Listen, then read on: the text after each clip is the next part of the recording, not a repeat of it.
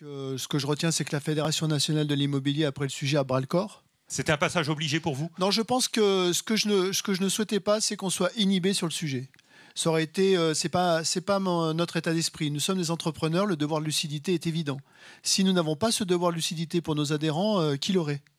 Eux peuvent l'avoir. Mais au fond, construire une réflexion collective pour encore une fois avoir peut-être demain une traduction syndicale, c'est déterminant. La deuxième chose que je voudrais dire, c'est qu'au-delà même du phénomène du travailleur indépendant, de l'auto-entrepreneur, en fait, on est aussi disrupté sur les modèles. Je vais citer un exemple, les modes de rémunération. Nous avions des modes de rémunération très établis entre le mode salarial et le mode agent commercial dans nos agences. Mais la massification des forces de vente basée sur une hausse des rémunérations compensée par un nombre important sur le terrain, c'est nouveau. Comment on réagit? Comment on anticipe? Et puis, je vais m'arrêter là, il y a un point très important qu'il faut bien comprendre.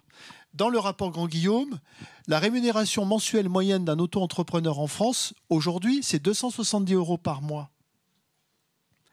Mais notre métier apparaît comme un Eldorado. C'est ça qu'il faut bien comprendre. Notre métier apparaît comme un Eldorado. Et d'ailleurs, nos auto-entrepreneurs, ils ont une rémunération moyenne bien supérieure en réalité, même s'ils font que 3 ou 4 transactions par an. Donc il faut bien avoir conscience. Ça peut être soit perçu comme un revenu de complément, soit au contraire comme une activité pleine et entière. Voilà, c'est ça que je veux dire, c'est qu'il faut comprendre aussi pourquoi on vient nous voir.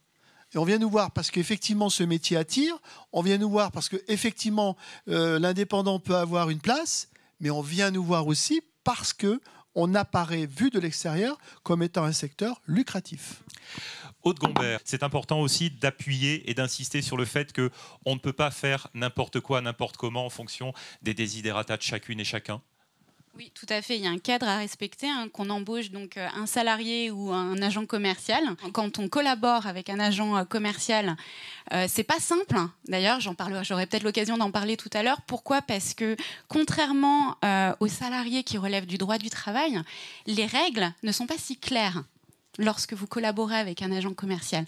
C'est bien que collaborer, mettre un terme à un contrat de mandat, c'est pas si simple en pratique et ça demande. En tout cas, c'est très différent effectivement d'un schéma de salarié comme vous l'évoquiez. Oui. Sébastien Cartier, avez-vous le sentiment qu'au-delà des statuts, au-delà des obligations, quelles qu'elles soient, le client perçoit au travers d'une image, la vôtre en l'occurrence, qu'il est en présence d'un indépendant, d'un salarié, d'un agent co en fonction des différences, ou au contraire, il y a l'obligation pour l'entité elle-même d'afficher une marque et un professionnalisme qui est le même que l'on soit avec un salarié ou avec une personne avec un statut très différent?